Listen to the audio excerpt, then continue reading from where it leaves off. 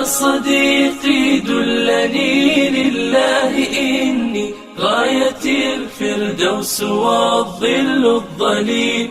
يا صديقي إننا بالله نحيا فهو نور وهو زاد والدليل. يا صديقي دلني لله إني غاية الفردوس والظل الظليل. يا صديقي إننا بالله Alhamdulillahirabbil alamin wassalatu wassalamu ala rasulillahi wa ala alihi washabihi ajmain. Tsumma amma ba'd.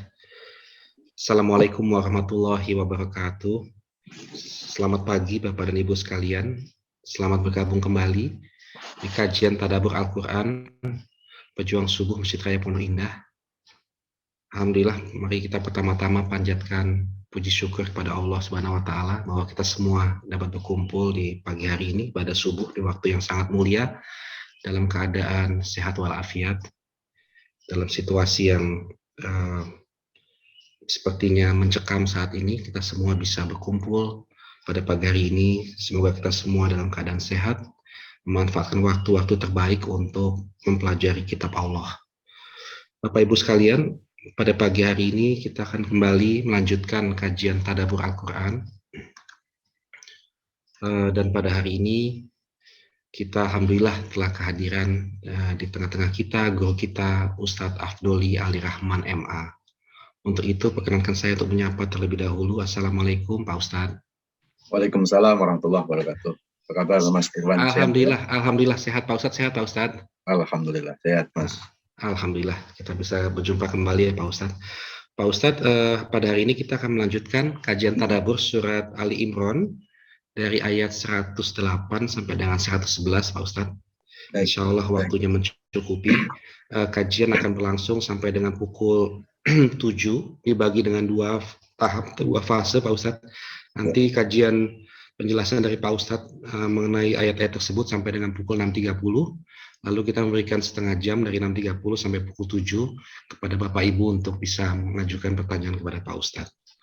Baik Pak Ustadz, untuk mempersingkat waktu, tempat dan waktu kami persilahkan kepada Ustadz Afdoli. Silakan Pak Ustadz. Ya, baik. Terima kasih Mas Irwan.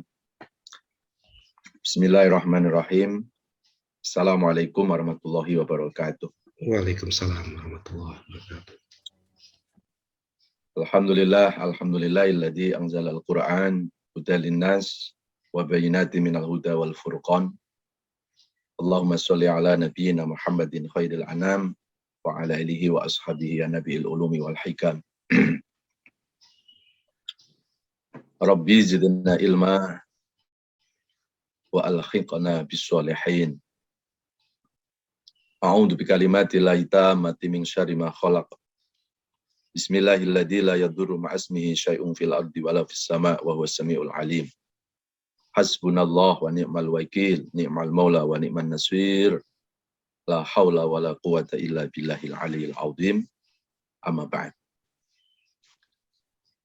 Yang saya hormati segenap pengurus MRPI yang dirahmati Allah Subhanahu wa taala dan juga pengurus Pejuang Subuh, Pak Asril, beserta teman-teman pengurus yang lainnya. Mohon maaf kami tidak sebutkan satu persatu tanpa mengurangi rasa hormat kami. Juga Bapak Ibu jamaah sekalian yang dirahmati Allah Subhanahu wa taala. Alhamdulillahirabbil alamin. Kita bersyukur kepada Allah Subhanahu wa taala tidak bosan dan jemu, karena Allah juga tidak pernah bosan dan jemu memberikan kenikmatan-kenikmatannya kepada kita. Mudah-mudahan nikmat yang Allah berikan kepada kita ini bisa kita manfaatkan untuk memperbaiki diri kita, untuk mendekatkan diri kepada Allah Subhanahu wa taala. Karena semuanya kita datang dari Allah dan semuanya kita nanti juga akan kembali kepada Allah. Kun fid dunya ka'annaka gharibun aw abirus sabil. Ini kata Rasulullah. Kita hidup di dunia itu seperti orang yang asing dan seperti orang yang menempuh perjalanan. Perjalanan menuju siapa? Perjalanan menuju Allah. Dan kalau kita sudah diberikan usia 60, 70, 80, sebetulnya kita sudah dekat itu, perjalanan menuju Allahnya. Maka kita harus berusaha, semakin bertambah umur kita harus semakin bertambah kebaikan kita. Itulah yang disabdakan Rasulullah di dalam hadis, khairun nas man tala umruhu wa hasuna amaluhu. Sebaik-baik manusia itu adalah manusia yang diberikan panjang umur dan banyak kebaikannya. Wa syarrun nas man tala umruhu wa sa'a amaluhu. Dan sejelek-jelek manusia adalah yang dikasih panjang umur tetapi banyak keburukannya. Sesungguhnya semakin bertambah usia kita bukan semakin panjang umur kita. Sesungguhnya semakin bertambah usia kita semakin dikurangi usia kita oleh Allah. Kenapa dikurangi? Karena semakin bertambah usia kita, sesungguhnya kita mendekati ajal. Ajal kita semakin lebih dekat gitu. Ya. Jamaah sekalian yang dirahmati Allah Subhanahu wa taala, mari sama-sama kita manfaatkan sisa-sisa umur ini untuk memperbaiki diri kita. Orang yang baik itu, kata Nabi, bukan orang yang hidupnya tidak pernah berbuat dosa. Karena nggak mungkin manusia itu lepas dari kesalahan dan dosa. Ini yang disabdakan Rasulullah di dalam hadis. Kullu bani Adam khata' wa khairul khata' at-tawwabun. Semua manusia itu banyak dosanya. Dan sebaik-baik yang berdosa itu ketika yang berdosa mau menyadari dosanya dan setelah sadar mau bertaubat, mau kembali kepada Allah. Berarti manusia yang tidak baik adalah manusia yang merasa dirinya paling suci, paling benar. Itu yang nggak baik di mata Allah. Jamaah sekalian dirahmati Allah. Kita bersyukur kepada Allah, Allah masih memberikan nikmat sehat kepada kita. Dalam kondisi pandemik seperti saat ini, nikmat sehat adalah nikmat yang sangat-sangat berharga. Maka kita sebagai manusia, sebagai hamba Allah, wajib menjaga kesehatan itu dengan sebaik-baiknya. Tentunya kita mengikuti prokes. Jangan abai, jangan kita menyepelekan, tapi juga jangan terlalu ketakutan yang berlebihan. Ya, karena kewajiban kita ya berikhtiar, berusaha, selebihnya kita berserah kepada Allah. Ya, itu yang dijelaskan oleh Allah di surat Al-Imran surat 3 akhir dari ayat 159. Fa idza azamta fatawakkal 'ala Allah innallaha yuhibbul mutawakkil. Kalau kita sudah berusaha secara maksimal, selebihnya kita bertawakal kepada Allah. Ya, kalau kita sudah menjaga kesehatan dengan baik, sudah mengikuti prokes, ternyata takdir Allah berbeda. Masih sakit, masih kena COVID juga, anggaplah itu merupakan ujian yang datang dari Allah. Ya, karena memang isinya hidup ini ujian. Jadi Allah sudah mendesain ya kehidupan dunia itu adalah merupakan ujian. Itu yang Allah jelaskan dalam surat Al-Mulk, surat 67, ayat yang kedua. Alladzi khalaqal mauta wal hayata liyabluwakum ayyukum ahsanu amala.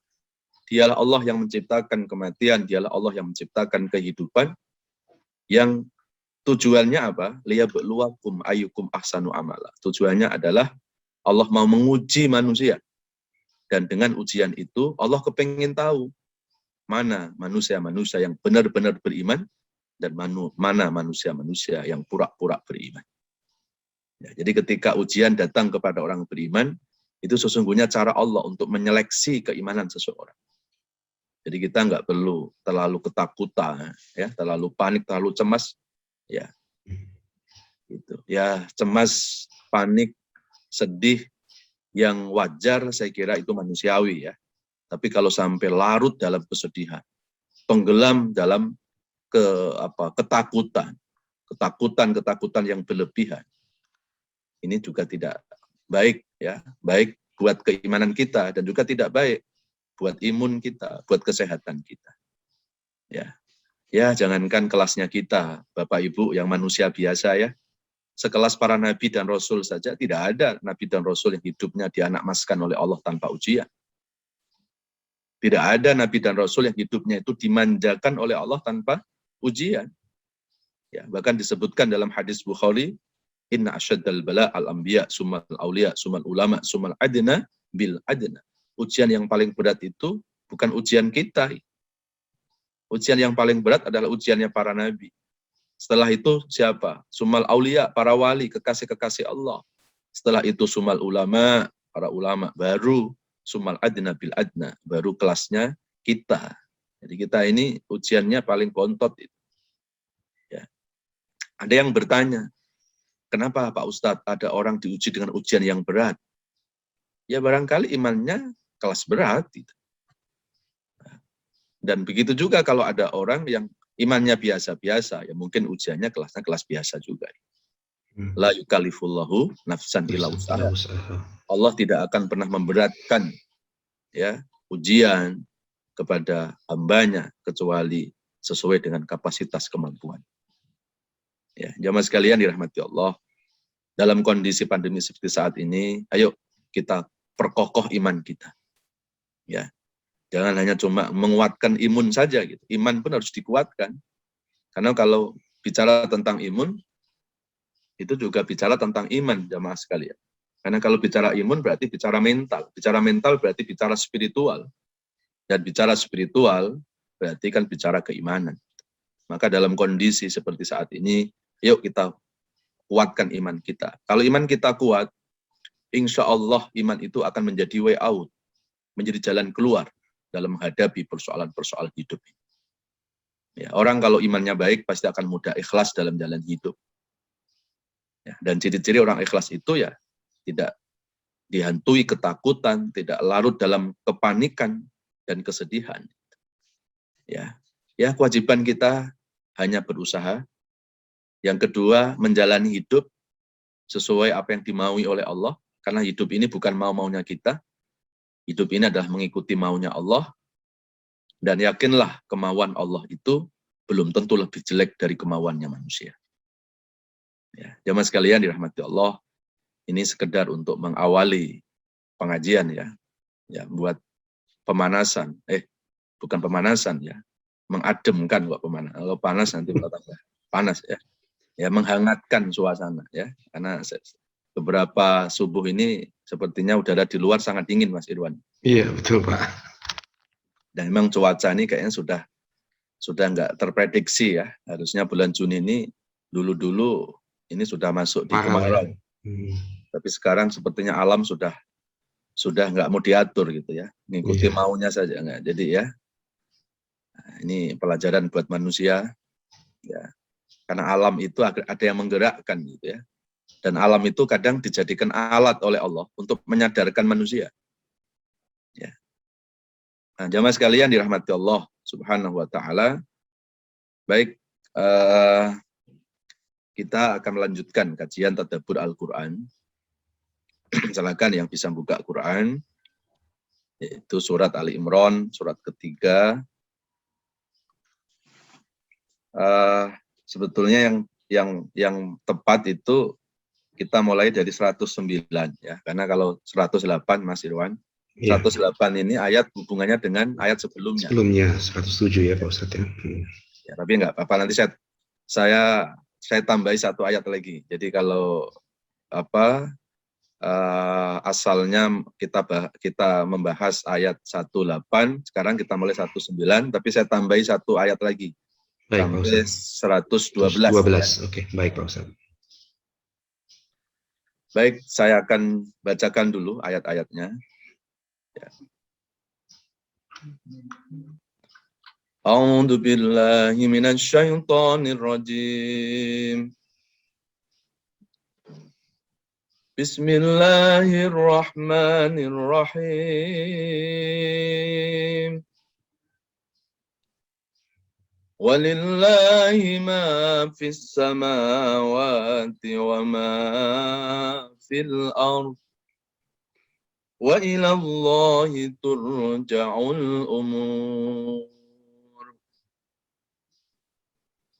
Kuntum khayra أمة أخرجت للناس تأمرون بالمعروف وتنهون عن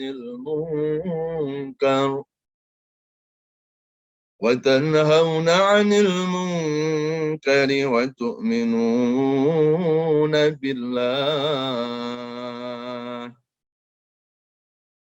ولو آمن أهل الكتاب لكان خيرا لهم منهم المؤمنون وأكثرهم الفاسقون لن يضروكم إلا أذى وإن يقاتلوكم يولوكم الأدبار ثم لا ينصرون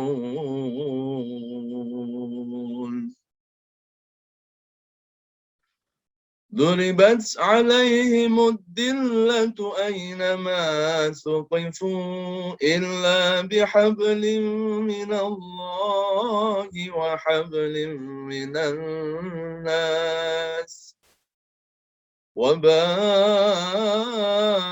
بغضب من الله وضربت عليهم المسكنة ذلك بأنهم كانوا يكفرون بآيات الله ويقتلون الأنبياء بغير حق ذلك بما عصوا وكانوا يعتدون. Sadaqallahul azim. Silakan, Mas. Bismillahirrahmanirrahim. Itulah dan milik Allah lah apa yang ada di langit dan apa yang ada di bumi. Dan hanya kepada Allah segala urusan dikembalikan. Kamu umat Islam adalah umat terbaik yang dilahirkan untuk manusia. Karena kamu menyuruh berbuat yang ma'ruf dan mencegah dari yang mungkar dan beriman kepada Allah. Sekiranya ahli kitab beriman, tentulah itu lebih baik bagi mereka. Di antara mereka ada yang beriman, namun kebanyakan mereka adalah orang-orang fasik. Mereka tidak akan membahayakan kamu, kecuali gangguan-gangguan kecil saja. Dan jika mereka memerangi kamu, niscaya mereka mundur berbalik ke belakang. Selanjutnya mereka tidak mendapat pertolongan. Mereka diliputi kehinaan di mana saja mereka berada, kecuali jika mereka berpegang pada tali agama Allah dan tali perjanjian dengan manusia.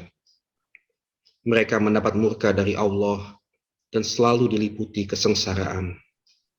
Yang demikian itu karena mereka mengingkari ayat-ayat Allah dan membunuh para nabi tanpa hak alasan yang benar. Yang demikian itu karena mereka durhaka dan melampaui batas. Shadaqallahul adzim. Sadaqallahul azim. Maha benar Allah atas segala firman-Nya. Bapak Ibu jamaah sekalian, ayo kita mentadaburi ya Al-Quran dari ayat 109 surat Ali Imran. Ya, mudah-mudahan kita semuanya ditakdirkan Allah termasuk orang-orang ahlul Quran, ya, pecinta Al-Quran, mampu membacanya, mampu mengkajinya, syukur-syukur mampu menghafalkannya, dan setelah itu kita mampu mengamalkan. Amin. A'udzubillahi minasyaitonirrajim. Bismillahirrahmanirrahim. Ali Imran 109 ya. Walillahi ma fis samawati wa ma fil ardh. Semuanya yang ada di langit dan semuanya yang ada di bumi ini hakikatnya adalah milik Allah. Karena semua yang ada di langit dan di bumi adalah milik Allah, wa ilallahi turja'ul umum. Dan kepada Allah lah semua urusan-urusan itu akan dikembalikan. Shadaqallahul adzim. Maha benar Allah atas segala firman. Bapak Ibu sekalian, surat Ali Imran ayat 109 ini sebetulnya senada dengan ucapan tarjih Ya, kalau sering kita mengucapkan inna lillahi wa inna ilaihi raji'un. Sebetulnya pesan moralnya sama, hanya beda teksnya saja. Ya. Jadi sama-sama mengingatkan kalau inna lillahi wa inna ilaihi raji'un, ya. Kita diingatkan oleh Allah bahwa kita semua milik Allah dan semuanya kita akan kembali kepada Allah. Nah, surat Ali Imran ayat 109 tadi juga sama itu. Bahwa kita itu milik Allah. Semua yang ada di langit dan semua yang ada di bumi ini adalah milik Allah Subhanahu wa ta'ala. Ya. Apakah itu harta benda kita, apakah jabatan kita, apakah keluarga kita, semuanya itu hakikatnya adalah milik Allah. Kita itu hanya hak pakai saja. Ya. Namanya hak pakai ya tergantung kan sampai kapan kita memakainya. Kalau sudah selesai kita memakainya, ya pasti akan kembali kepada yang punya. Dan yang punya adalah Allah Subhanahu wa ta'ala. Ya. Jadi sebetulnya ungkapan innalillahi wa inna raji'un itu, Mas, tidak hanya diucapkan saat ada orang meninggal saja. Dibaca kapan saja nggak masalah. Cuma di masyarakat kita sudah terlanjur ya, sudah terlanjur menjadi kelaziman ya. Jadi kalau innalillah itu kayaknya selalu dihubungkan dengan kematian. Padahal kalau menurut Al-Quran, ya innalillahi wa inna raji'un itu kita baca kapan saja. Baik kita mendapat kesulitan atau mendapat kenikmatan, nggak masalah. Itu mengingatkan kita kok. Ya, itu menyadarkan kita. Ya, supaya kita sadar bahwa kita ini milik Allah. Jadi tidak harus diidentikan dengan ketika ada orang meninggal baru kita mengucapkan innalillahi wa inna ilaihi raji'un. Jadi kita biasakan dalam ajaran Islam itu, ya sebaiknya kita bukan membenarkan kebiasaan, tapi ajaran Islam itu sesungguhnya membiasakan yang benar. Ya, jadi saya ulangi ya, Islam itu datang bukan membenarkan kebiasaan, tapi membiasakan yang benar. Ya, nah, cuma memang tidak mudah ya merubah kebiasaan. Saya yakin kalau Mas Irwan ya tanggal muda ngasih uang gaji ke istrinya, terus istrinya langsung mengucapkan inna lillahi wa inna ilaihi raji'un. Tapi kalau setelah ngaji ini insya Allah Mas Irwan nggak marah. Tapi kalau belum ngaji kan, ya pasti berpikir loh, kok dikasih uang bukannya doain panjang umur, gitu kan? Kok malah ngucapin inna lillahi wa inna raji'un. Nah, padahal kan sebetulnya inna lillahi itu kan memberikan pesan moral. Mas, memang uang ini darimu, Mas, tapi sesungguhnya ini milik Allah dan suatu saat akan kembali kepada Allah. Kan itu sebetulnya pesan moral. Ya kan? Yeah. Cuma jangan kalau pas ada orang habis gajian terus langsung datang ke Masjid Pondok Indah, terus langsung pakai pengeras innalillahi wa inna ilaihi raji'un. Gitu ya. Ya. Jadi masalah juga. Ya karena memang gimana ya? Di masyarakat kan kadang tergantung kelaziman ya.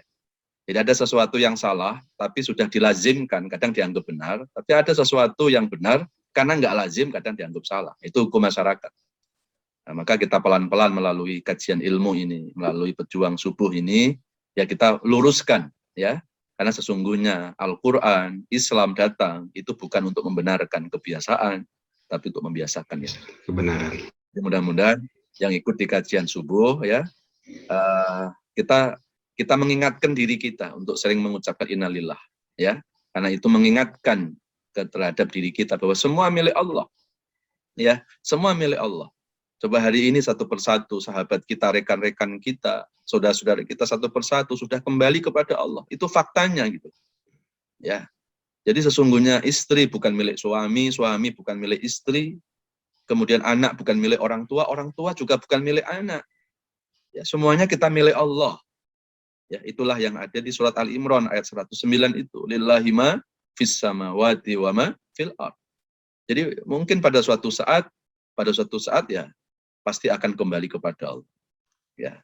Jadi kalau enggak istri yang meninggalkan suami duluan, kadang suami yang meninggalkan istri. Kalau enggak orang tua meninggalkan anak, kadang anak yang duluan.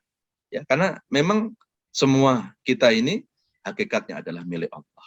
Dan semuanya akan kembali kepada Allah. Saya yakin kalau surat Ali Imran, surat 3 ayat 109 ini kita pahami dengan pemahaman yang benar, insya Allah hidup kita tidak akan pernah sombong.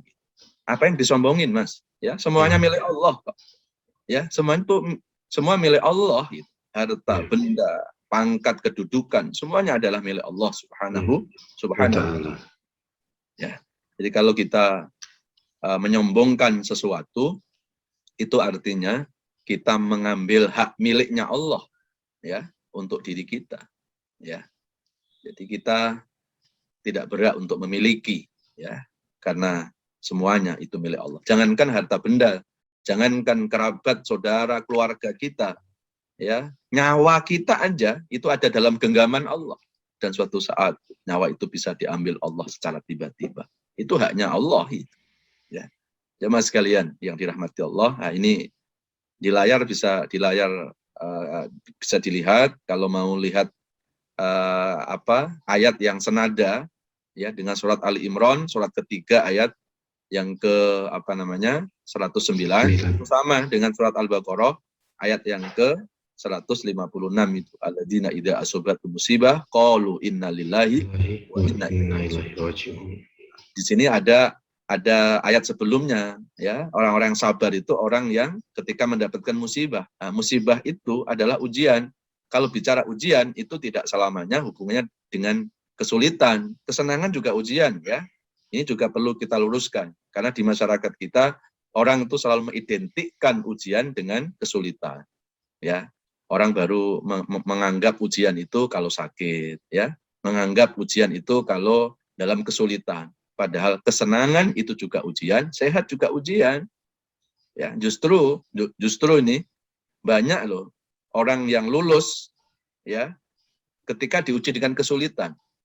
Tapi berapa banyak orang tidak lulus ketika diuji dengan kesenangan. Karena kesenangan itu mengelabui manusia.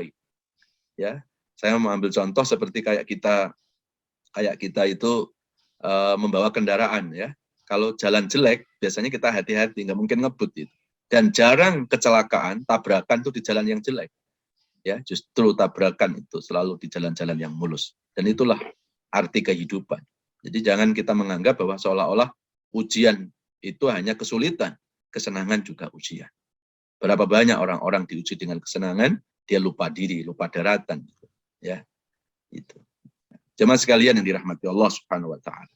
Baik, kemudian ayat yang ke-110, ya. Di Ali Imran ayat 110.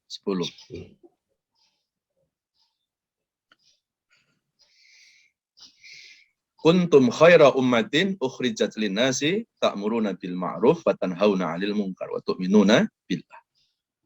Ya. Kita umat Rasulullah atau kita umat Islam itu adalah umat terbaik. Ya.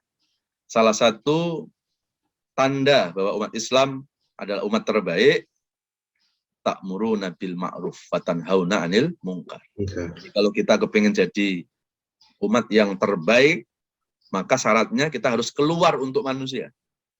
Jadi jangan kita hanya sibuk untuk memperbaiki diri saja. Ya, jangan sibuk hanya untuk urusan-urusan internal saja. Tapi kita harus keluar. Ya, kita harus tampil ke depan, ya, untuk menyampaikan ta'muruna bil ma'ruf wa tanhauna 'anil munkar. Kita harus menjadi orang yang senang mengajak ma'ruf, mengajak berbuat baik, dan juga mencegah kemungkaran. Jadi jangan kita mengaku, aku ini umat yang terbaik, tapi hidupnya hanya memikirkan diri sendiri. Belum, itu baru pengakuan, ya. Kalau kita kepingin jadi umat Rasulullah yang terbaik, kita harus tampil, kita harus keluar untuk masyarakat. Kita harus tampil untuk manusia. Ya. Jadi tidak dibolehkan seorang muslim itu hanya memikirkan dirinya sendiri saja. Jadi tidak ada istilah lo gua nggak ada itu dalam Islam. Ya. Dalam Islam itu yang ada adalah berjamaah. Berjamaah. Nah, seseorang muslim dikatakan baik bukan ketika seorang muslim itu hanya, ya, memperbaiki dirinya. Ya. Itu belum dikatakan muslim terbaik. Muslim yang terbaik itu selain dia memprotek dirinya menjadi orang yang baik, tetapi juga menjadi jalan kebaikan buat orang lain juga. Ya, itulah yang disebut khaira ummah. Ya. Jadi sebaik-baik umat Islam itu ketika mau memikirkan keselamatan orang lain. Tidak hanya memikirkan keselamatan diri sendiri. Maka bersyukur ya adanya pejuang subuh ini. Ini bukti mengimplementasikan surat Ali Imran ayat 110. Ya. Jadi alhamdulillah ya dengan adanya pejuang subuh ini kan banyak orang diajak untuk melakukan kebaikan. Ya, bahkan kajian ini sudah diikuti bukan hanya di dalam negeri tapi sudah bisa ke luar negeri. Ya, ini hikmah dari adanya Covid juga gitu ya. Makanya Covid jangan dijelek-jelekin terus ya. Nah, ada sisi hikmah, ada sisi kebaikannya juga ya. Ya, gitu. Jadi jamaah sekalian yang dirahmati Allah. Jadi kalau kita kepengen jadi umat yang terbaik, jangan hanya cari selamat sendiri, jangan hanya cari surga sendiri, tapi kita harus menjadi jalan ke surga buat orang lain. Ya. Nah, jamaah sekalian yang dirahmati Allah, saya ada kisah ya. Saya ada satu kisah. Ini kisahnya ditulis dalam sebuah kitab, namanya kitab Hidayatus Salikin. Ya, itu kitab-kitab yang dikarang oleh ulama-ulama salaf dahulu, atau kitab kuning kalau orang sekarang menyebutnya. Jadi dulu itu ada umat Nabi Musa, Pak, yang ibadah 60-70 tahun di atas gunung. Dia kepingin gitu, ya memperbaiki diri. Dia kepingin masuk surga. Dia tinggalkan masyarakat, dia naik ke atas gunung, dia ibadah 60-70 tahun di sana. Nah, pada suatu saat, Nabi Musa itu lagi berdialog sama Allah. Karena Nabi Musa kan punya mukjizat, bisa bercakap sama Allah ya. Wa kallamallahu Musa taklima. Itu mukjizat Nabi Musa. Nah, akhirnya pada saat itu, Allah menyuruh Nabi Musa, wahai Musa, datangi ke Gunung Anu. Ya, itu diriwayatkan namanya Gunung Turisina. Ya, bukan, kalau sekarang disebut Bukit Sinai itu ya. Ada di Mesir itu. Akhirnya Nabi Musa disuruh oleh Allah, tolong kamu datang ke Gunung Turisina itu. Di atas gunung itu ada umatmu yang ibadah selama 70-80 tahun ya, di atas gunung itu. Dan kalau sudah ketemu sama umatmu, ini kata Allah kepada Nabi Musa, tolong sampaikan kepada umatmu bahwa dia min ahlin nar, termasuk ahli neraka. Ya, karena ini perintah Allah ya, Nabi Musa nggak berani membantah. Singkat cerita, akhirnya Nabi Musa pun mendatangi sebuah gunung itu. Dan akhirnya ketemu Bapak Ibu. Di gunung itu ada orang yang lagi sujud, yang lagi ibadah selama 60-70 tahun. Akhirnya Nabi Musa menyampaikan amanat Allah itu. Wahai fulan, aku Nabi Musa, aku disuruh oleh Allah untuk menyampaikan berita ya bahwa kamu itu termasuk ahli neraka. Maka sekaligus umat Nabi Musa itu langsung kaget gitu.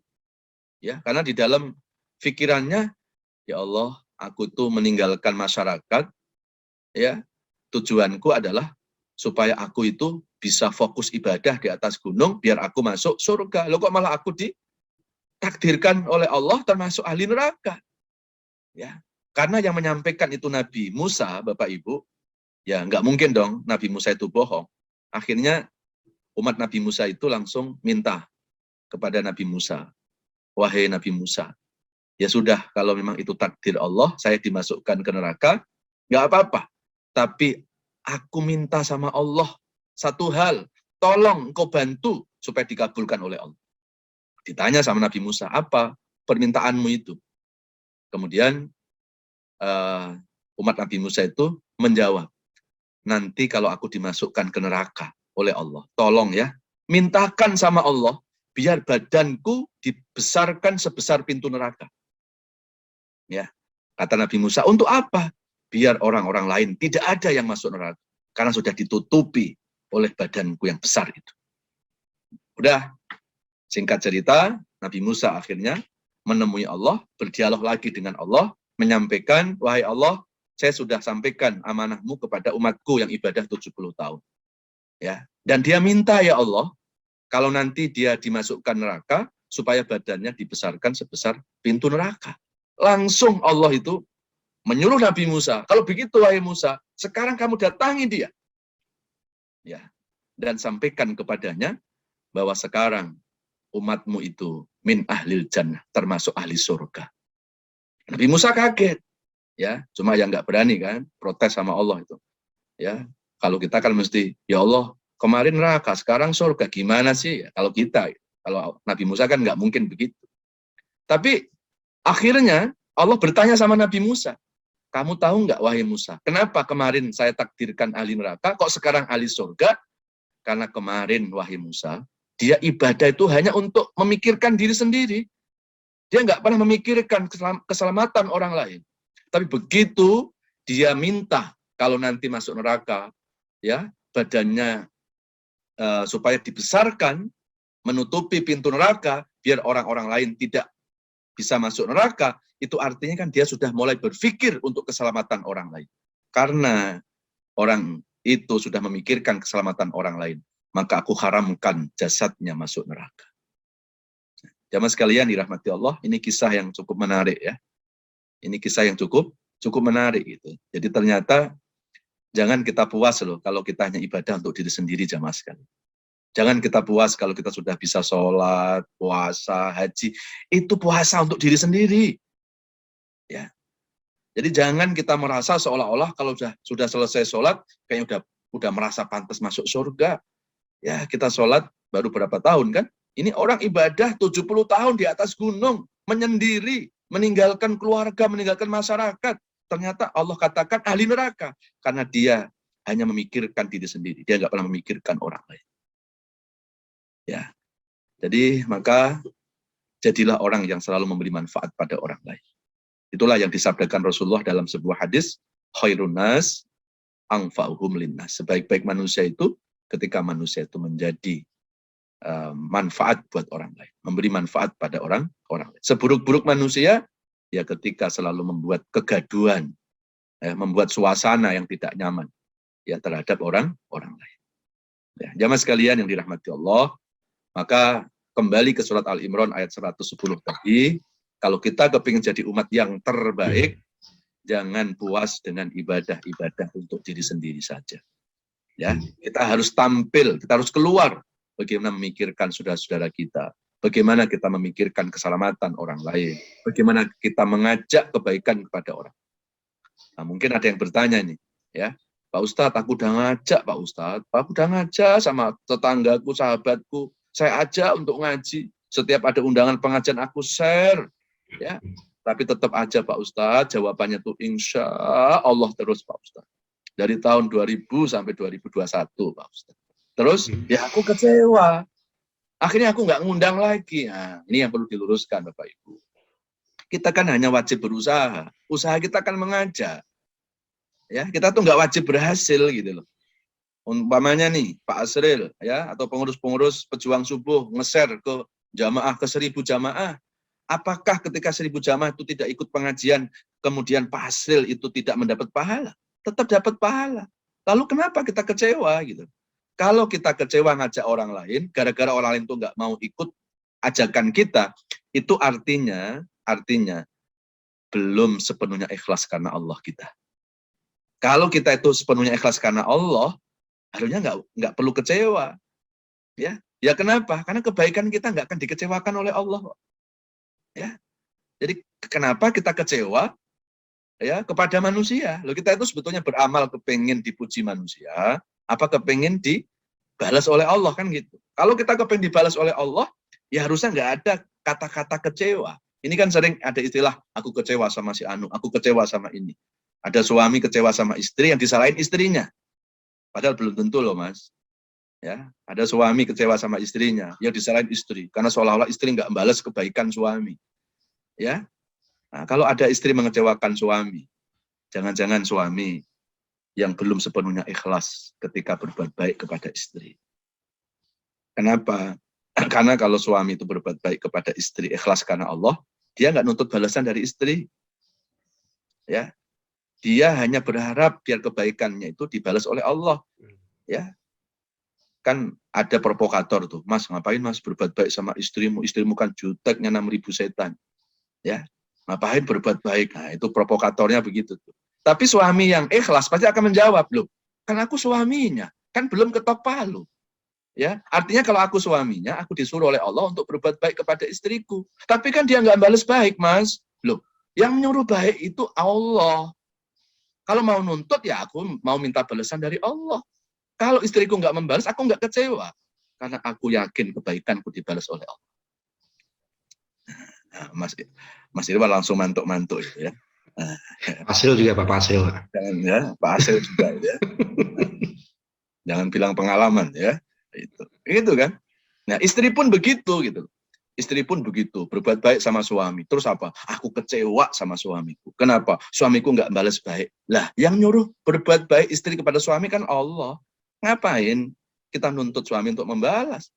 Kalau kita nuntut suami untuk membalas, kemudian suami itu membalas baik, kita puas, jangan-jangan pahala kita cuma itu loh. Di hadapan Allah nggak ada pahala lagi. Karena kita sudah puas ya dengan balasan dari manusia. Ya, begitu juga orang tua. Ya, nggak perlu kecewa dengan anak. Ya, nggak perlu kecewa dengan anak. Karena yang menyuruh berbuat baik orang tua kepada anak itu Allah. Kalau memang kita ikhlas karena Allah, walaupun anak itu tidak membalas kebaikan kepada orang tua nggak perlu jantungan gitu. Kenapa? Karena anak itu titipan Allah. Allah yang nyuruh kita untuk berbuat baik kepada anak. Kalaupun anak nggak membalas baik, yakinlah Allah yang menyuruh berbuat baik akan memberikan kebaikan kepada kita. Jadi sering istilah-istilah kecewa, kita selalu menyalahkan orang lain. Coba mulai sekarang belajar. Kalau ada kecewa sama orang lain, jangan-jangan bukan orang lain yang mengecewakan. Mungkin kita yang belum sepenuhnya ikhlas karena Allah. Ya, jamaah sekalian dirahmati Allah Subhanahu wa taala. Jadi kalaupun kita sudah ngajak berbuat baik ya, kok ternyata kok orang-orang tidak mau mengikuti kebaikan kita, nggak usah kecewa. Nggak usah kecewa, kita ajak terus. Ya, kita ajak terus untuk berbuat kebaikan. Kenapa? Karena kewajiban kita hanya mengajak. Kita tidak punya kemampuan untuk membuka hati seseorang. Ya, kalau kita mau jujur Bapak Ibu, itu hanya bisa mengetuk pintu rumah seseorang. Karena yang mengetuk pintu hati seseorang itu hanya Allah.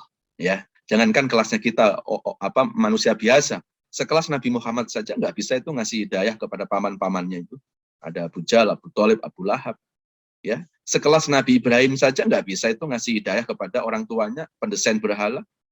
Sekelas Nabi Nuh dan Nabi Lut saja tidak bisa memberikan hidayah kepada anak dan istrinya. Ya apalagi kita gitu. Jadi hidayah itu milik Allah. Hidayah itu milik Allah. Seperti Pak Ustadz subuh-subuh menyampaikan kajian. Itu kewajiban menyampaikan kajian. Urusan nanti ada jamaah yang berubah, urusan ada jamaah yang ikut atau tidak, itu bukan urusan Ustadz. Andai ada jamaah, gara-gara dengerin ceramah Ustadz langsung terbuka hatinya, kemudian dia mampu untuk berhijrah, mampu memperbaiki diri, sesungguhnya yang hebat bukan Ustadznya, yang hebat karena Allah sudah memberikan hidayahnya. Jadi jangan Ustadz terus kepedean. Pak Ustadz, itu orang kan susah Pak Ustadz dibuka hatinya. Kok dengerin ceramah Pak Ustadz langsung terbuka sih? Ustadznya bilang, siapa dulu dong? Ustadznya. Ini sombong Ustadznya. Ya, yang hebat itu Allah. Yang hebat Allah sudah membuka hidayahnya.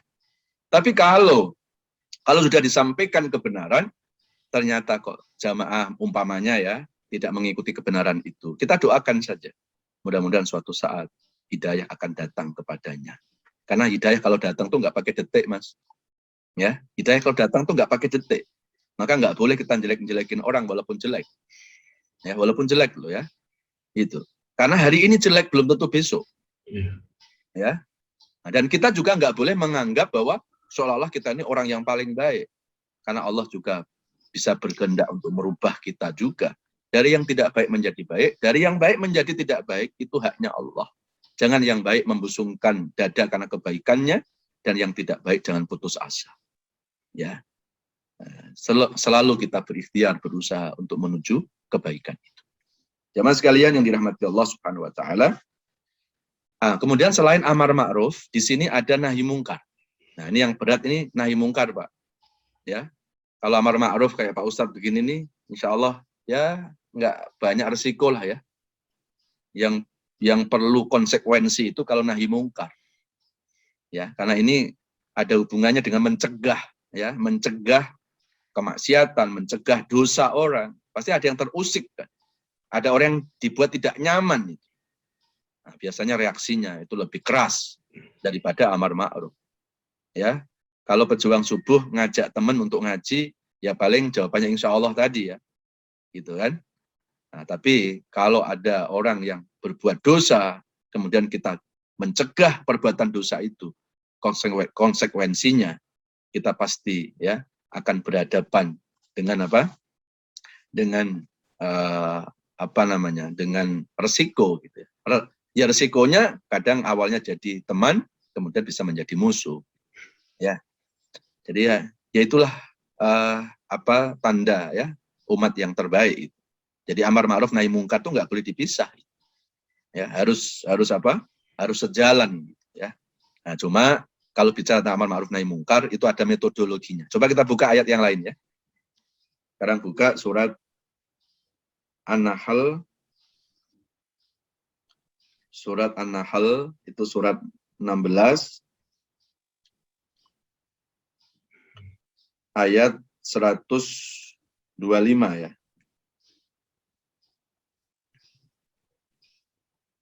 Ini metodologi ya, mengajak manusia untuk berbuat kebaikan. Jadi Al-Quran itu komplit gitu ya. Jadi tidak hanya menganjurkan untuk amar ma'ruf nahi mungkar saja, tapi ada metodologinya. Ya, bagaimana sih mengajak yang baik itu? A'udzu billahi minasyaitonir rajim. Bismillahirrahmanirrahim. Ud'u ila sabili rabbika bil hikmati wal mau'izatil hasanah wajadilhum billati hiya ahsan. Inna rabbaka huwa a'lamu biman dhalla an sabili wa huwa a'lamu bil muhtadin. Shadaqallahul adzim. Silakan, Mas. Serulah manusia kepada jalan Tuhanmu dengan hikmah dan pengajaran yang baik, dan berdebatlah dengan mereka dengan cara yang baik. Sesungguhnya Tuhanmu, dialah yang lebih mengetahui siapa yang sesat dari jalannya, dan dialah yang lebih mengetahui siapa yang mendapat petunjuk. Shadaqallahul adzim.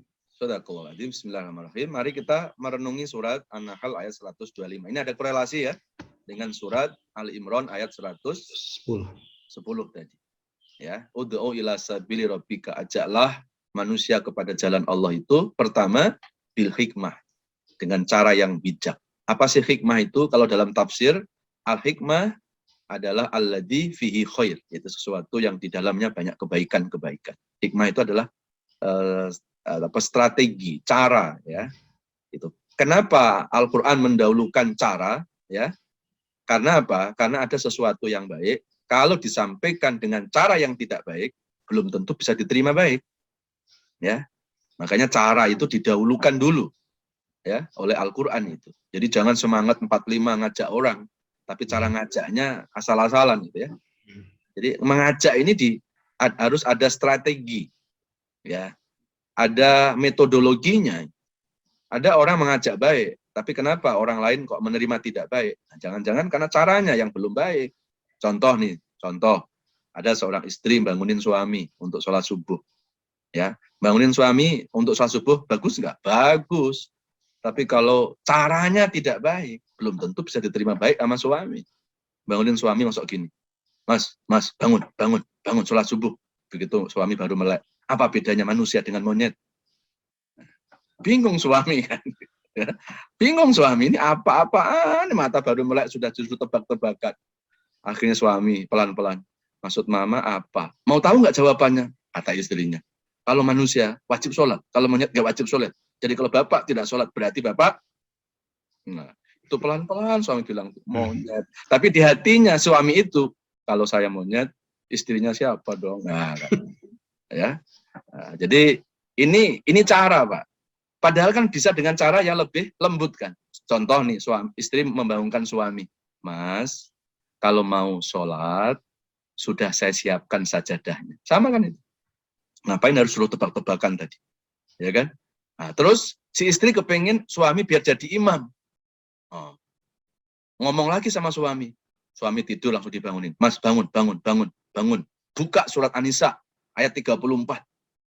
Baru bangun tidur suruh buka surat An-Nisa. Maksudnya surat An-Nisa 34 itu kan ar-rijalu qawwamuna 'alan nisa, bahwa bahwa suami itu adalah imam buat istrinya.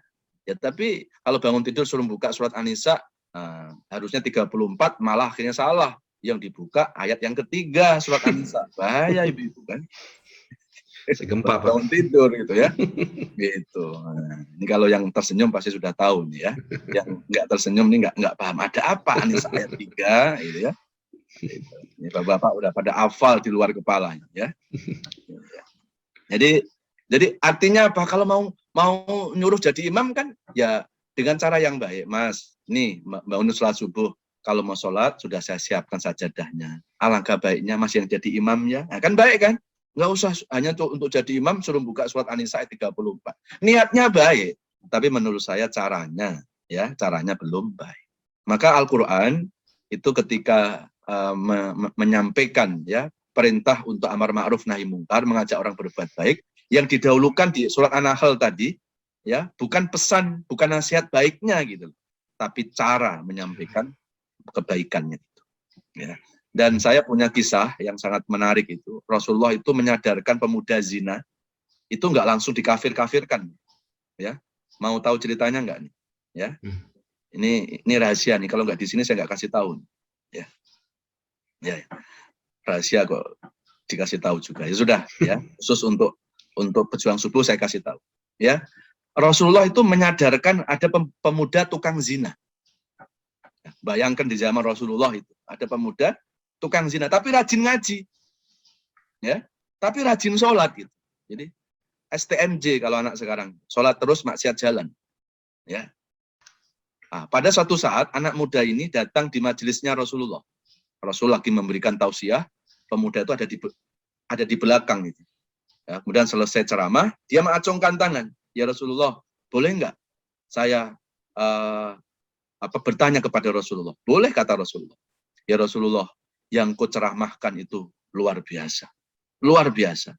Dan apa yang kau ceramahkan sudah aku mengamalkannya. Ya Rasulullah, ada satu dosa ya Rasulullah, yang sampai sekarang aku belum bisa meninggalkan.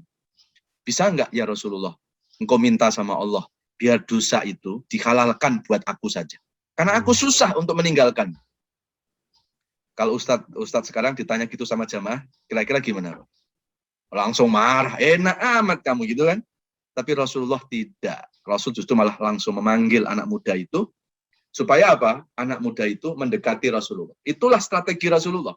Karena kalau Rasulullah langsung bertanya, wahai anak muda, dosa apa yang kamu minta dihalalkan? Coba kalau anak muda itu menjawab, apa enggak membuka aib ya di depan jamaah-jamaah yang lain? Rasulullah enggak melakukan itu. Nah, itulah hebatnya Rasul, itulah akhlak Rasul. Akan dipanggil anak muda itu. Sehingga anak muda itu Rasulullah minta supaya dekat dengan Rasulullah, hatta yataqarraban nabi ila fakhidis sahabah. Sehingga dengkulnya anak muda itu supaya dekat, langsung nempel dengan dengkul Rasulullah. Sehingga orang lain tidak mendengarkan. Dan saat itu Rasulullah berbisik-bisik tetangga. Rasul bertanya, anak muda, dosa apa itu yang kamu minta supaya dihalalkan? Anak muda pelan-pelan menjawab, zina ya Rasulullah. Aku nggak bisa meninggalkan zina.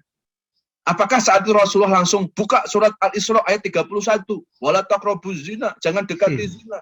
Apakah Rasulullah saat itu langsung mengatakan, kamu masuk neraka paling dalam, ya, kamu telah kafir dan seterusnya? Rasul tidak melakukan itu, jamaah sekalian. Justru Rasulullah membuat muhasabah, membuat renungan.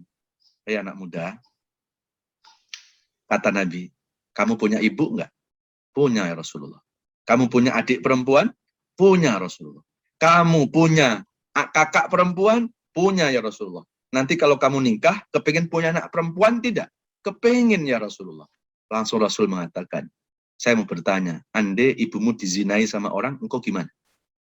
Andai anak perempuanmu dizinai oleh seseorang, kamu gimana?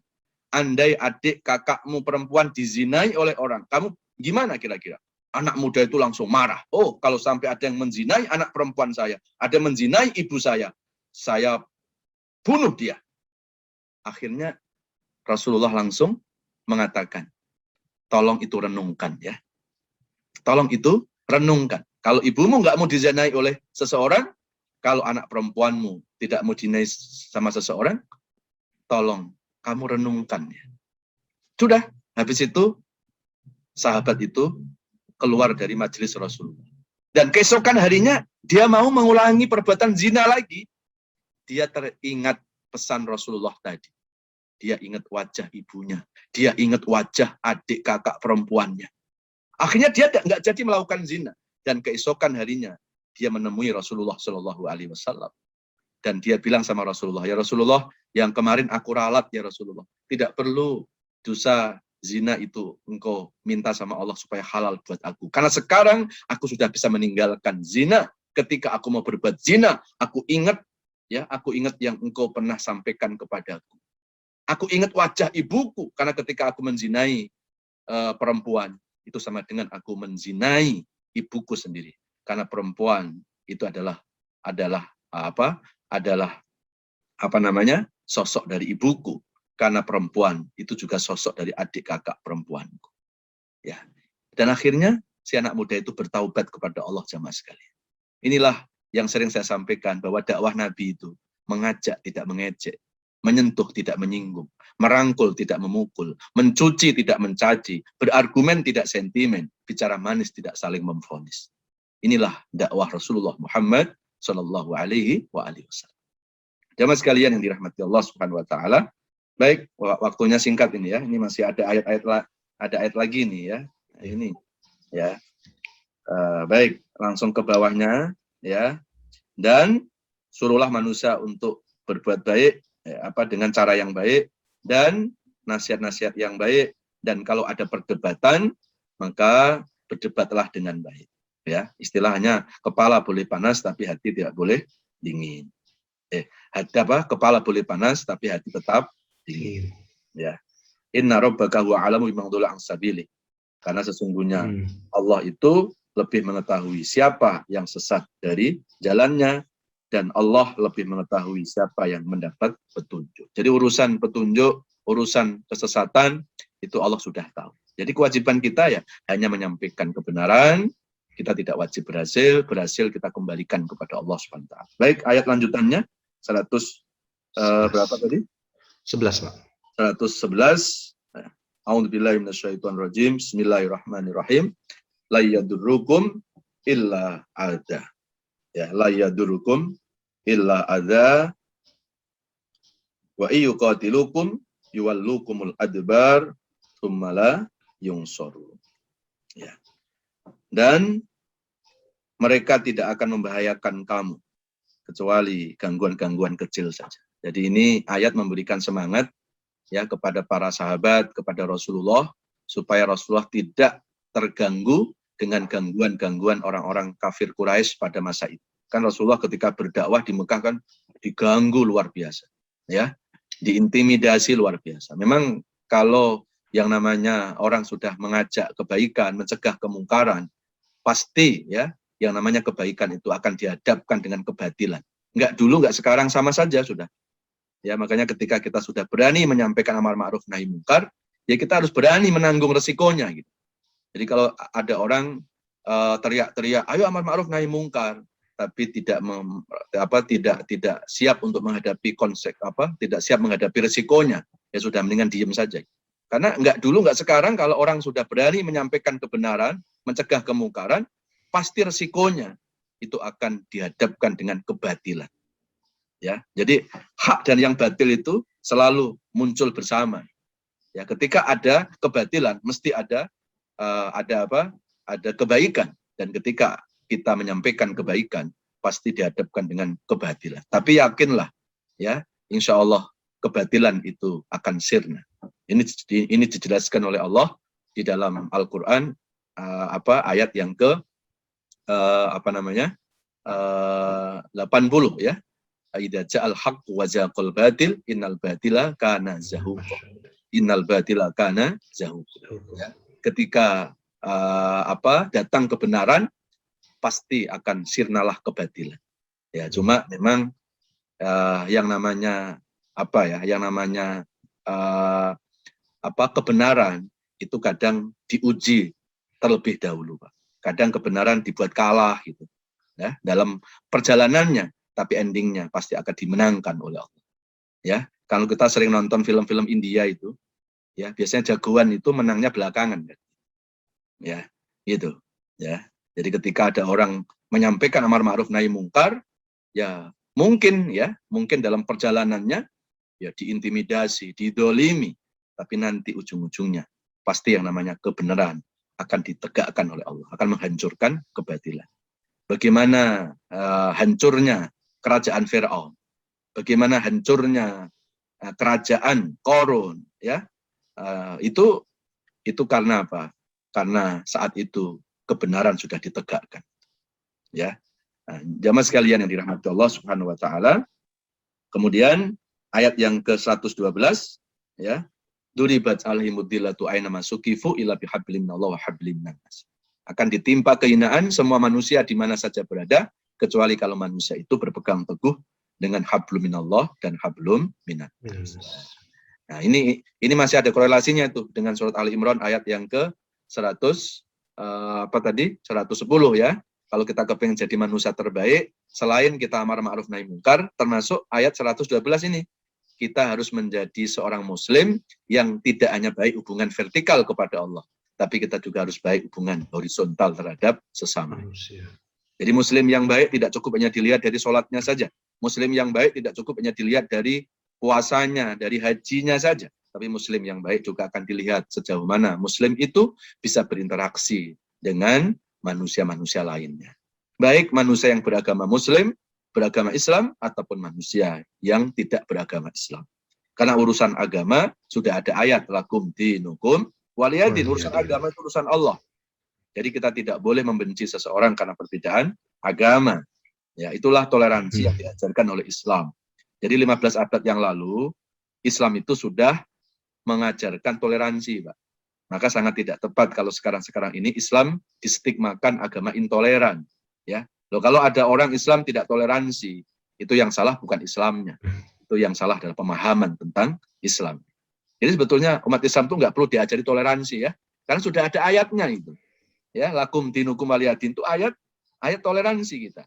Nah, maka ketika umat Islam itu toleransi kepada agama lain, ya agama lain harusnya sama gitu, toleransi dengan agama Islam, jangan mengobok-obok ajaran Islam, dan begitu juga orang Islam jangan mengobok-obok ajaran yang non Muslim. Saya kira akan terjadi kedamaian ya di bumi ini, terutama di negeri ini, kalau semuanya kita saling toleransi menghargai agama masing-masing. Ini yang jadi masalah kan kadang-kadang ya sering masuk kamarnya orang lain gitu loh, ya, yang non Muslim mengobok-obok kitabnya orang Islam. Nanti yang umat Islam mengobok-obok kitabnya, Injilnya orang non-Muslim. Ya ini namanya kita punya kamar dimasukin orang, ya gimana gitu lah ya.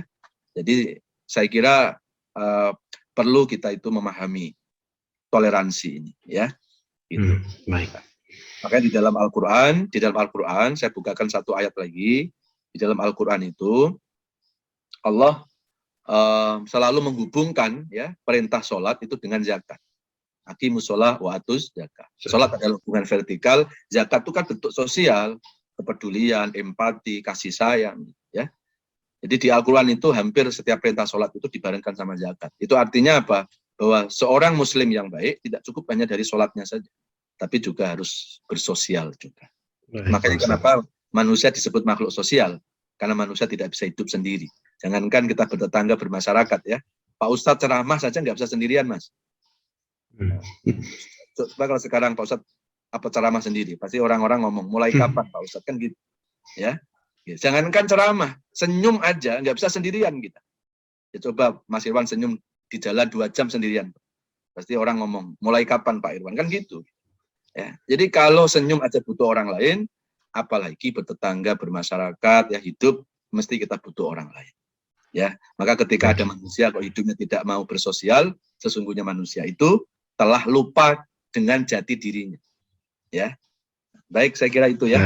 Baik Pak Ustadz. Kajian kita memang agak keburu-buru nih Mas ya. Gitu. Karena banyak ini cakupannya ya Pak Ustadz ya. Ya, ini ayatnya. Kalau Al-Quran itu luar biasa, bisa dikembangkan banyak ayat-ayat yang sebetulnya saling mendukung ya. Saya kira itu dulu Mas. Baik Pak Ustadz. Baik Pak Ustadz. Baik. Terima kasih Pak Ustadz. Bapak Ibu sekalian, sebelum kita lanjutkan ke sesi tanya jawab, izinkan kami untuk menyampaikan beberapa pengumuman terlebih dahulu. Pengumuman pertama, mohon dibantu Pak Sahidin, slide-nya Pak. Assalamualaikum Pak Sahidin, bisa dibantu Pak slide-nya? Bentar Pak, ini error. Oh ya, udah, nggak apa-apa. Mungkin sambil saya sampaikan aja ya Pak Sahidin ya. Bapak Ibu sekalian, nanti pukul 7 sebagaimana biasa kita akan kembali mengundang Bapak Ibu sekalian untuk ikut serta dalam acara kajian jalan-jalan online. Pada hari ini insya Allah kita akan jalan-jalan online ke Belgia kalau nggak salah. Nanti Pak Fadian yang pandu. Betul ya Pak Fadian ya, ke Belgia ya Pak ya? Ke Belgia Pak. Iya betul. Nanti dihadiri oleh Wakil Duta Besar Republik Indonesia di Belgia ya Pak Fadian? Pak Sulaiman, betul Pak. Oh iya, baik. Bapak Ibu sekalian, kami mengundang untuk bisa lanjut mengikuti acara tersebut pada pukul 7 nanti. Lalu pengumuman kedua adalah kita akan kembali hadir dengan kajian-kajian pejuang subuh di hari Selasa nanti insya Allah, lusa dan hari Rabu. Saya tidak ingat siapa ininya, pada pukul yang sama 5.30, pada jam yang sama 5.30 sampai dengan pukul 7, kami harapkan kehadiran Bapak Ibu sekalian. Lalu kami masih terus membuka kotak amal untuk Bapak Ibu sekalian yang ingin partisipasi dalam kegiatan dakwah kita bersama ini, dakwah dan sosial, dapat silahkan menyalurkan sedekahnya atau infaknya ke rekening Yayasan Pejuang Subuh Pondok Indah. Nanti untuk nomor rekeningnya karena tidak tertuang di sini bisa menghubungi saya di 0811 82 8246 0811 82 8246. Baik. Mungkin demikian pengumuman dari saya. Mohon maaf tidak bisa ditampilkan slide-nya di layar karena ada kendala teknis. Selanjutnya kita masuk ke sesi tanya jawab ya Pak Ustadz ya. Ya silakan Mas. Sudah ada beberapa yang resen di sini, ada Pak Anto, Pak Hadril, di chat juga saya lihat ada 1-2 pertanyaan. Namun izinkan saya mungkin terlebih dahulu memberikan kesempatan Pak Mas Andi ada di sini. Pak Sahidin bisa dibantu. Pak Andi sebentar ya. Pak Andi Mulia ya Pak ya, atau Pak Nurismandi. Sebentar. Assalamualaikum Mas Andi.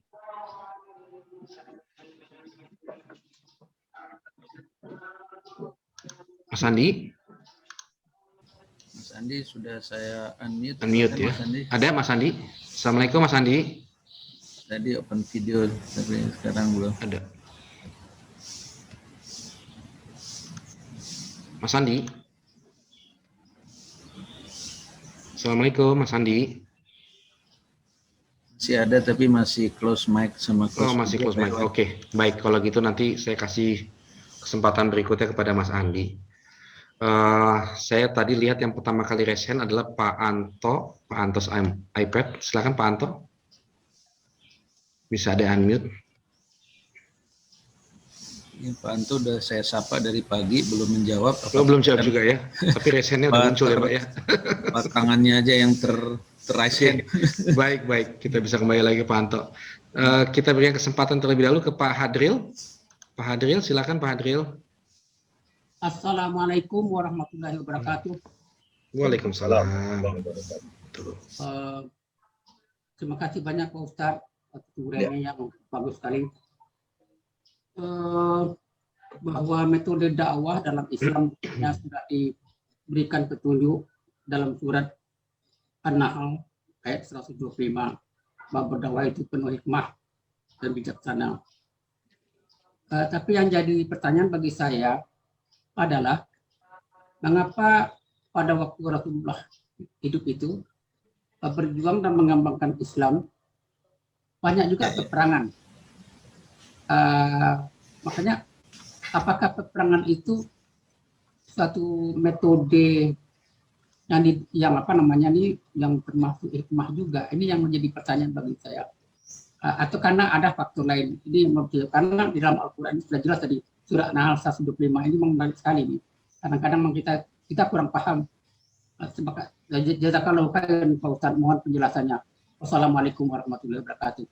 Waalaikumsalam warahmatullahi wabarakatuh. Baik, langsung jawab ya Mas ya. Silakan Pak Ustadz. Baik, sebelum saya jawab, sedikit informasi ya. Ini pengajian diikuti oleh 4 masjid, Pak. Ya. Oh, alhamdulillah Pak Ustadz. Selain Masjid Raya Pondok Indah, ini ada 4 masjid ya. Jauh-jauh ini ada masjid di daerah Bekasi ya, Al Istiqomah, ada masjid di BSD Al Itisam, kemudian ada masjid Ciledug ya, yaitu Al-Ghafurur Rahman, dan satu lagi ada masjid, sebetulnya ini Majlis Ta'lim sih ya. Ya, alhamdulillah ya. Alhamdulillah, terima kasih Pak Ustadz sudah menceritakan. Lebih dari 300 lebih 302 sekarang Pak Ustadz. Ya. Alhamdulillah. Baik, alhamdulillah. Jadi saya mencoba untuk bergabung di pejuang Masjid Pondok Indah. Jadi Masjid Pondok Indah ini sudah punya rekan-rekanan persaudaraan antar masjid, Pak. Iya, alhamdulillah, Pak. Setiap kali saya kajian, saya selalu hadir di masjid-masjid tersebut. Baik, saya jawab ya. Apakah peperangan itu metodologi Rasulullah juga untuk menyebarkan Islam? Nah, kalau bicara perang, kita harus membuka Al-Quran nih. Surat Al-Baqarah, silakan Pak, yang bertanya Pak Adril tadi ya.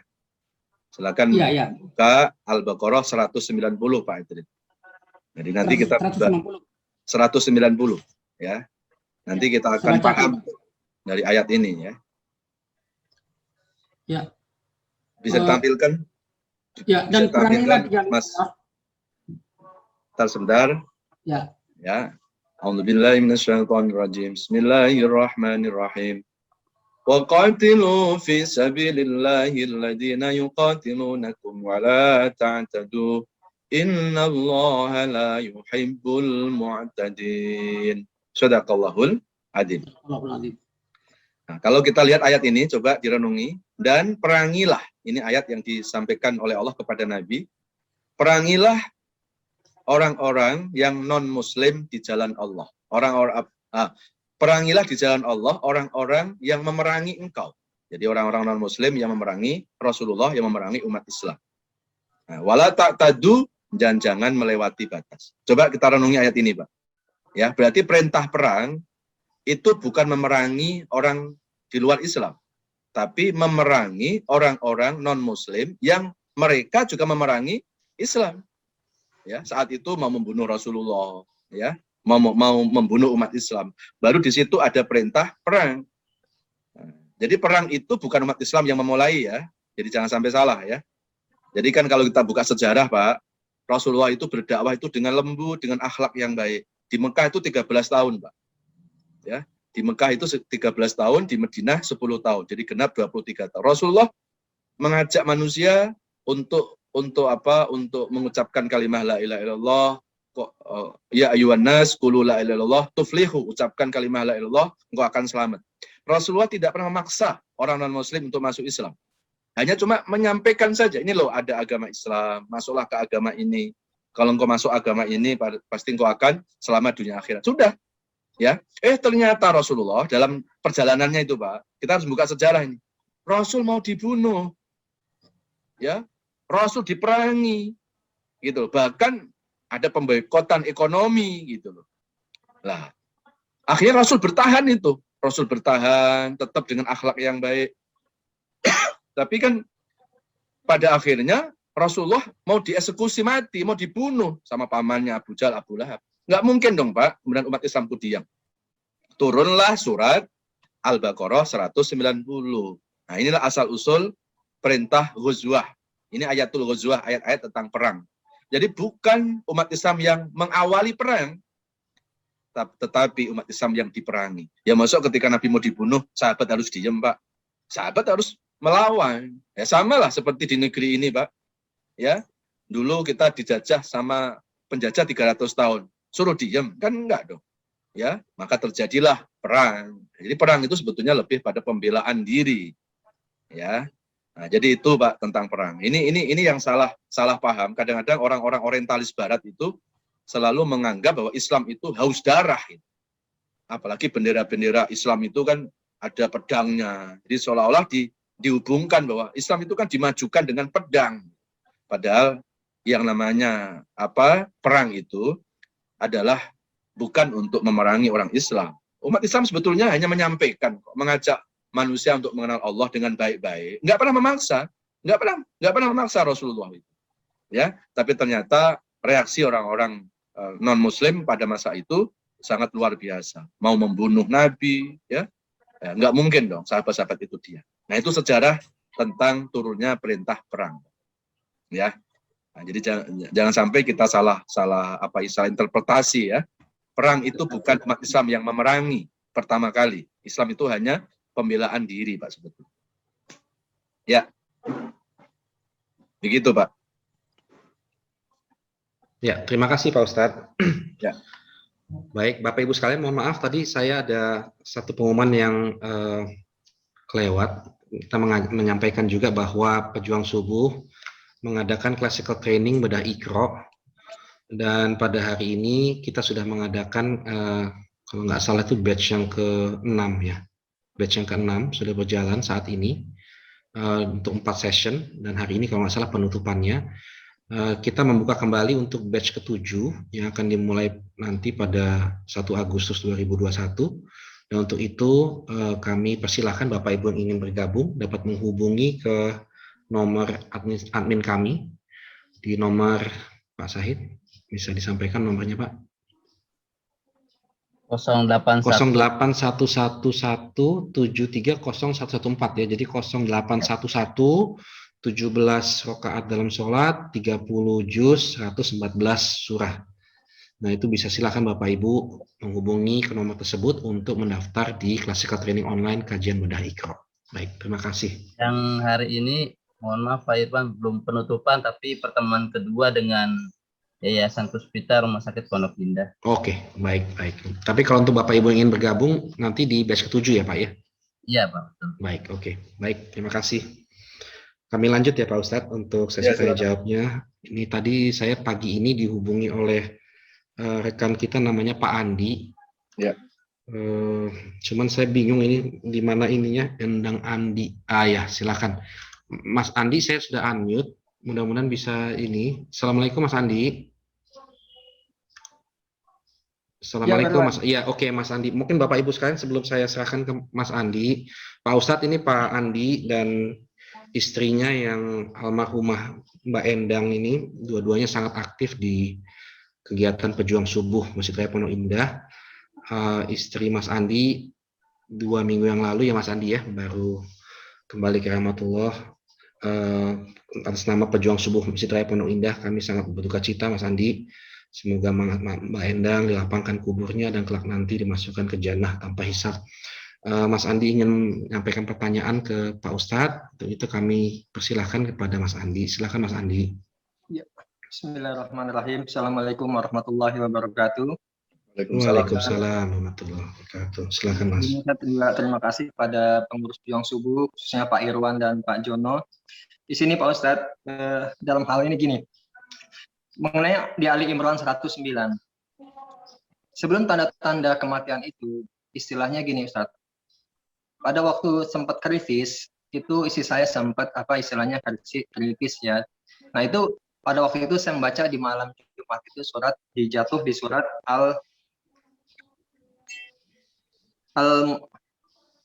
Al-Munafikun ayat 11. Di mana mengenai ayat 11 itu adalah ketika kematian itu belum waktunya dan Allah Maha mengenal apa yang kamu kerjakan. Jadi terus ketika juga masuk lagi yang kedua, ketika almarhum itu masuk ke dalam ICU lagi, ketika dia masih dalam bulan Ramadan juga, itu saya selalu mengaitkan kepada Quran.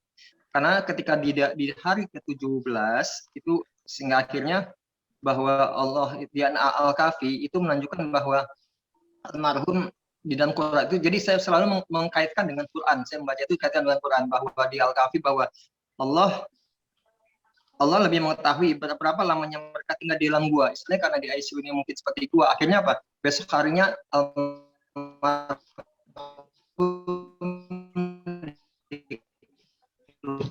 Putus-putus Mas Andi. Halo Mas Andi, putus-putus Mas.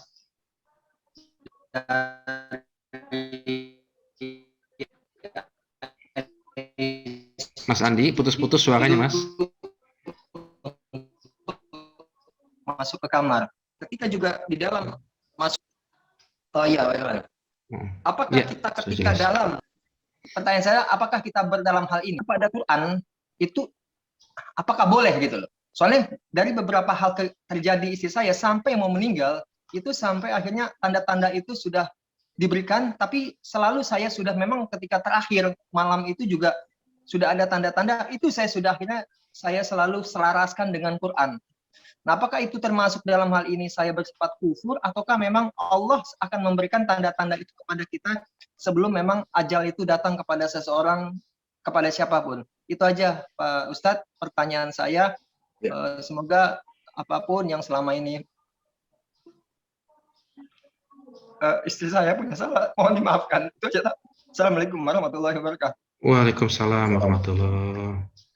Ya Mas Andi, saya juga ikut mendoakan ya, semoga Mas Andi diberikan keikhlasan dan kesabaran. Seperti yang saya sampaikan tadi, ayat 19 itu pas untuk Pak Andi itu ya, bahwa semua milik Allah Pak. Istri Mas Andi bukan milik suaminya, ya. Suami juga bukan milik istri, anak juga bukan milik orang tua bukan milik anak. Semua milik Allah. Dan hari ini yang memiliki sudah memanggilnya, ya harus ikhlas, ya. Mas Andi cinta sama istri, ya. Semoga Allah lebih mencintai istri Mas Andi, insya Allah. Ya. Baik, tadi ada yang terputus-putus ya, saya nggak paham, tapi sepertinya saya sudah bisa menangkap pertanyaannya ya. Ya, kalau di surat apa tadi yang disebut Mas Andi itu surat Al-Munafikun, surat 6663 ayat yang ke-11 itu bunyinya wala yu'akhirallahu nafsan idza jaa ajaluha wallahu khabirum bima ta'mal. Ketika ajal sudah datang, tidak akan bisa dimundurkan walaupun hanya sedetik sekali. Itu sudah menjadi ketetapan Allah ya. Menjadi ketetapan Allah. Jadi memang kematian itu tidak ada hubungannya sama sakit. Ini yang sering saya luruskan. Kematian itu nggak ada hubungannya sama sakit, kematian nggak ada hubungannya sama sehat, kematian nggak ada hubungannya sama usia tua, kematian juga nggak ada hubungannya sama usia muda, kematian nggak ada hubungannya sama COVID. Kematian itu hubungan dengan takdir Allah. Ya, jadi kalau ada orang meninggal, jangan bilang itu meninggal kenapa? Emang udah tua. Gitu. Jadi seolah dihubungkan sama usia tua. Padahal faktanya bayi-bayi banyak meninggal juga, toh belum tua. Ya, ada lagi kalau ini meninggal kenapa? Iya, emang udah sakit-sakitan, kena COVID. Jadi seolah-olah dihubungkan dengan sakit.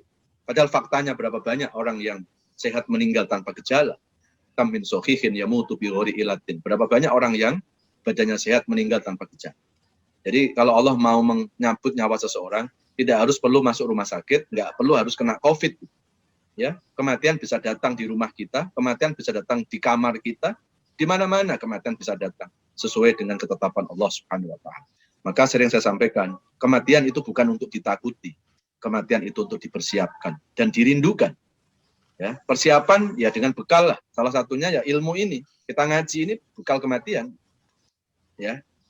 Dan kematian itu sepatutnya dirindukan. Kenapa dirindukan? Karena kematian itu buat orang-orang yang beriman adalah awal perjumpaan seorang hamba dengan kekasih abadinya Allah Subhanahu wa taala. Ya. Jadi jamaah sekalian yang dirahmati Allah, kemudian dikuatkan selain surat Al-Munafikun ayat 11 juga ada lagi itu di surat Al-A'raf surat ke-7 ayat 34. Walikuli ummatin ajal fa idza jaa ajalum yastakhiruna sa'atan wala yastaqdimun. Ya. Mas Irwan, ini kan saya di masjid ada suara-suara ngaji di masjid mengganggu mengganggu suaranya enggak? Enggak, Pak. Enggak mengganggu, Pak. Oh, baik. Kalau saya kencang sekali suaranya. Ya. Baik. Nah, surat Al-A'raf surat ke-7 ayat 34, dan setiap umat itu ada ajalnya, ada jatuh temponya. Ketika ajal sudah datang, nggak bisa maju, nggak bisa mundur. Jadi sama sebetulnya. Nah, apakah ada tanda-tandanya? Ya, tanda-tanda kematian itu ada, tapi belum tentu ya bisa dibaca. Belum tentu bisa dibaca, ya. Jadi memang urusan kematian itu adalah hak prerogatifnya Allah. Ini dikuatkan di surat Al-Isra, surat 17, ayat yang ke-85. Wa yas'alunaka 'anir ruh, qulir ruhu min amri rabbi wa ma utitu minal ilmi illa qalil. Itu di Al-Isra surat 17 ayat 85. Kalau ada orang bertanya tentang ruh, tentang kematian, jawablah kata Allah, urusan kematian itu urusan. Ya. Jadi memang ya tanda-tanda itu ada, tetapi kadang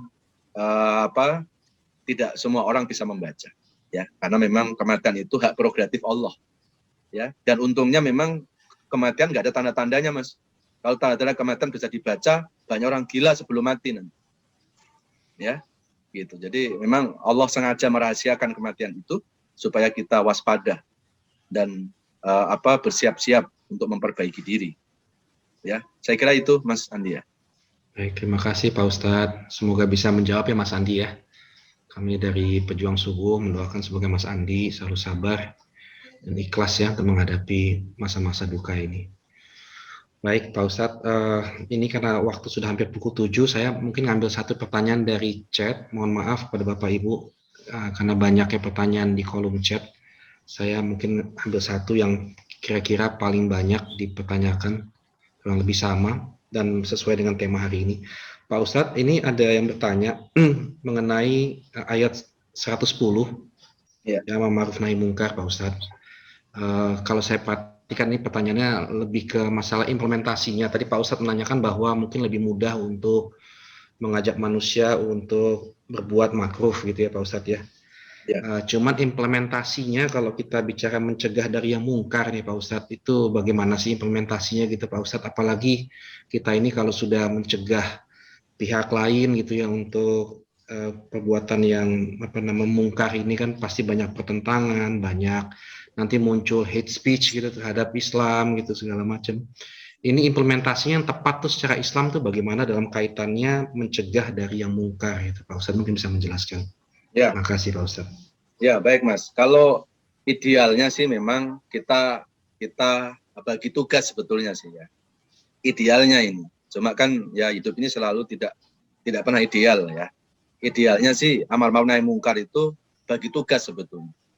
Jadi amar ma'ruf itu memang lebih tepat disampaikan oleh para ulama ya, yang punya keilmuan ya.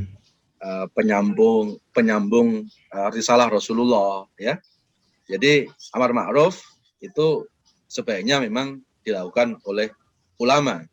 Kemudian nahi mungkar itu sebaiknya memang dilakukan oleh aparat ya, oleh orang-orang yang memang punya kapasitas ya. Ya aparat itu ada ya, di dalamnya ada pemerintah yang punya power kan, ada kepolisian ya. Ya itu kalau mau ideal gitu. Nah, cuma kan lagi-lagi ya saya bilang tadi, kadang ini harapan ideal tidak terwujud gitu. Sehingga akhirnya ketika aparat mendiamkan kemungkaran ya, bahkan ya ini anggap aja ini aparatnya oknum ya, bahkan oknum-oknum kadang membackingi tempat-tempat maksiat di situ ya. Jadi bagaimana kita bisa berharap kan sementara aparat justru mengambil keuntungan dari tempat-tempat maksiat itu. Nah ini yang sering jadi persoalan Mas.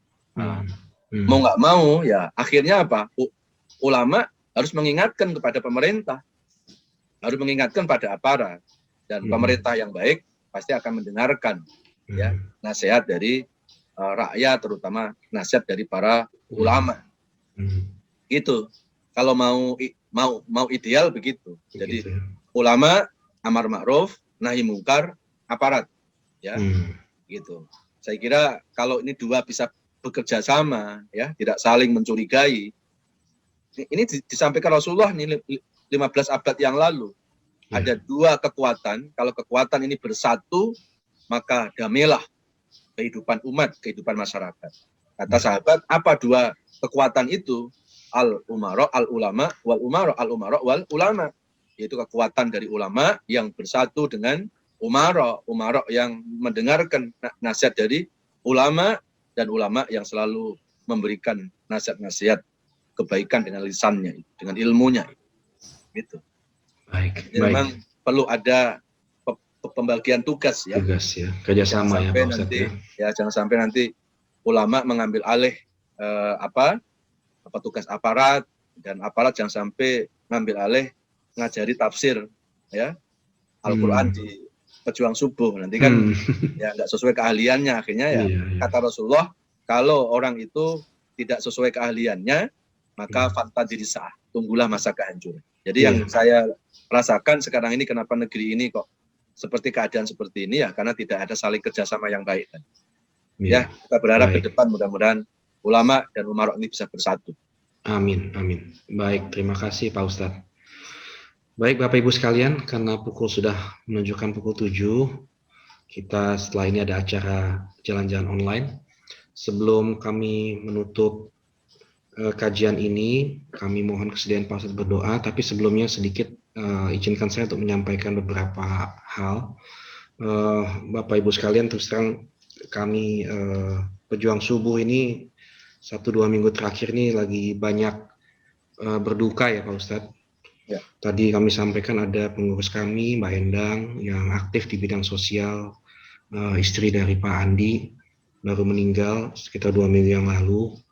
Lalu ada jamaah kami, Bu Alin, Bu Harlini Harun, itu saya sering manggil Bu Alin kalau WA-an. Itu 3 hari yang lalu meninggal juga. Lalu ibundanya Pak Rudi ini adalah Ketua Yayasan Pejuang Subuh Pondok Indah. Ibundanya juga baru seminggu yang lalu meninggal dunia. Terus ada Ustadz kami Pak, Ustadz Tadabur Al-Quran juga, yang biasanya rekannya dari Ustadz Afdoli ini, Pak Ustadz Sahrudin. Ustadz Sahrudin itu ibundanya baru meninggal kemarin juga gitu. Jadi memang ini waktu-waktu yang penuh duka ya untuk kita semua. Kita juga melihat bangsa kita saat ini lagi banyak ujian. Dengan adanya pandemi ini, mudah-mudahan kita berdoa, mohon bantuan Pak Ustadz mendoakan para almarhumah, dan kita doakan bangsa kita ini bisa keluar dari kesulitan dan ujian ini dengan baik ya. Mudah-mudahan kita ditolong Allah Subhanahu wa Ta'ala. Untuk itu kami mohon bimbingan Pak Ustadz untuk sama-sama berdoa Pak Ustadz untuk itu. Baik Bapak Ibu sekalian dirahmati Allah, mari kita bermunajat kepada Allah, kita mohon dengan hati kita ya. Mudah-mudahan persoalan-persoalan yang dialami oleh negeri ini cepat diberikan kemudahan oleh Allah, terutama untuk menghadapi pandemi COVID yang sangat luar biasa ini. Ya, kita ngadu kepada Allah karena COVID ini ada yang membuatnya. Jangan menantang COVID karena COVID ada yang menciptakan, ada Allah di sana. Maka kita perlu mengadu sama Allah yang menggerakkan COVID, yang mengatur semuanya. Ya. Semoga Allah mengangkat COVID ini secepatnya, dan mudah-mudahan COVID ini cepat berakhir tentunya. Kemudian kita berdoa untuk saudara-saudara kita yang sekarang lagi diuji dengan sakit, dan luar biasa rumah sakit sudah overload, benar-benar udah nggak muat ya. Ini ada salah satu jamaah kita ya, yang WA ke saya, yaitu Anindi Mauli Abigani binti adik Triyogo yang sudah kritis di ruang ICU sudah 1 minggu. Kemudian ada lagi Dr. Rahmawati Tunggal yang sekarang pun lagi dirawat karena COVID juga. Bapak Damiri yang sudah beberapa bulan tidak bisa bangun di tempat tidurnya. Nah, ini juga perlu kita doakan. Dan juga yang meninggal tadi sudah disampaikan Mas Irwan. Semoga Allah ampuni segala dosa-dosanya. Amin. Amin.